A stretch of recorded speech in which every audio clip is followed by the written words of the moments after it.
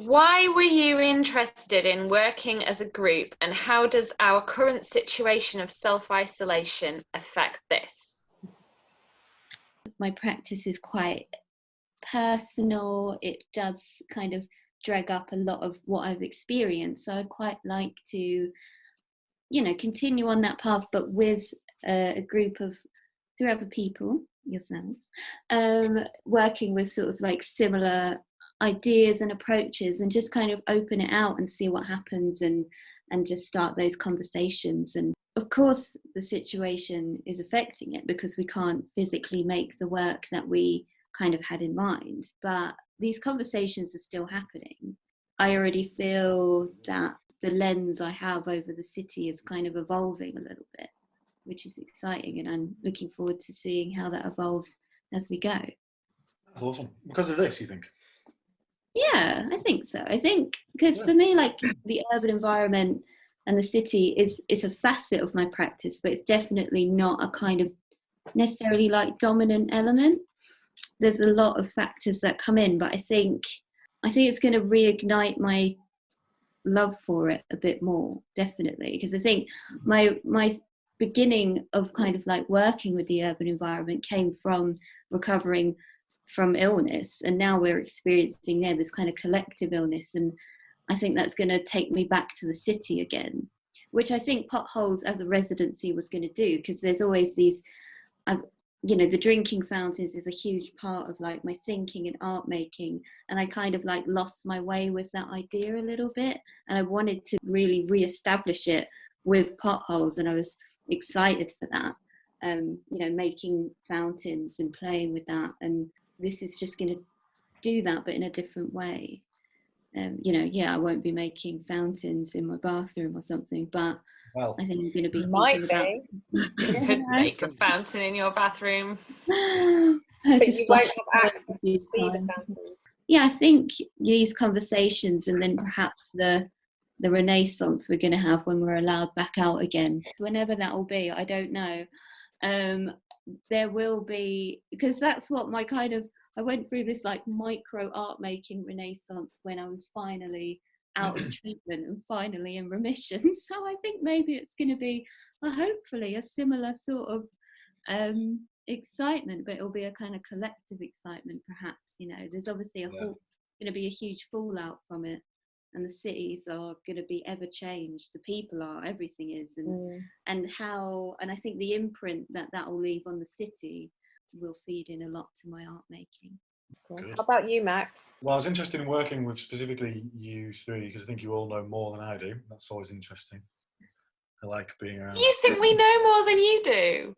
100%. Max, oh, that's hilarious. I love it. Yeah, you're right, Max. You're completely right. We know everything. Well, not like oracles, but I think, you're good at teaching stuff. I'm grateful for that. And then the current situation is, well, it's definitely affected like my actual plans of what I was going to do for this if we were in Lewisham. I don't know if I'm responding to this or Potholes really with what I'm thinking about making. I'm just making, which I don't know. Sometimes it feels a bit arbitrary in this situation. Yeah. I don't really know what else to do. So I suppose it's knocked me off course, but that's never usually a bad thing, is it? Although, it's a challenge. Yeah, it's just something else. Oh, I got a food order. Okay, bye. Bye. Oh, yeah. Thank you, Max. That's great. Thanks. Okay, bye. Bye. Enjoy. I was interested in learning from each of you and that combined thing. And I think that can still happen. I think it's just the different headspaces we're in, isn't it? Like, I was interested in understanding more of your disciplines, and through that understanding my own practice a bit more. Like, I see it as quite a self-development kind of thing to be doing. That's kind of how I feel residency is, really. But I think that can still happen. But it will be distant, won't it? And it will be more, I think in a weird way, it might end up being more formalised. So much of my teaching practice is about the conversations with students that happen in a corridor. Those kind of conversations we're going to miss out on, I think, or find harder to have. It will be like, let's meet up at this time and talk about our day, or or like a WhatsApp chat, but it won't be suddenly like, oh, what are you doing here? Those kind of things won't happen. Yeah. I think that's me. How about you, Josie? Yeah, no, I'd agree with all of that. It's just different. It's like the group situation. I mean, I like the group situation because of the support and because of and the motivation, like I said before. But you're right, there's not that more casual interaction.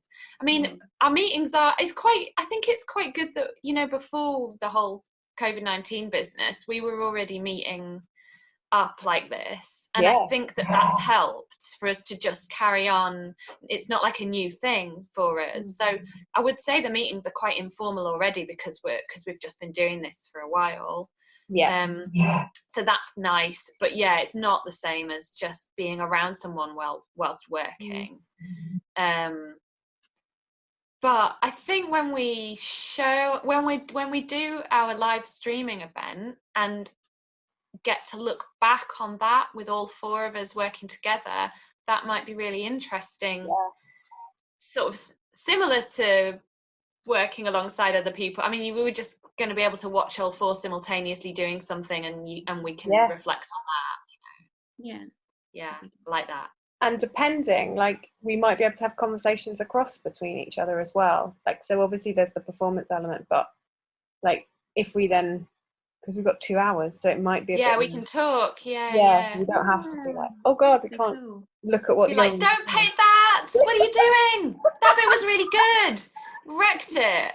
Like, get on with something else now, Alex, you only took 10 minutes. I think you're right, Josie, and I think there's something interesting about having a chance to develop ourselves like as a group now remotely, because it is this thing of 2 of us in one city and 2 of us in another city. And I think what's quite exciting is when we actually get to do something physically in the same room as each other. Once we get that, we're already going to know more about each other's practice.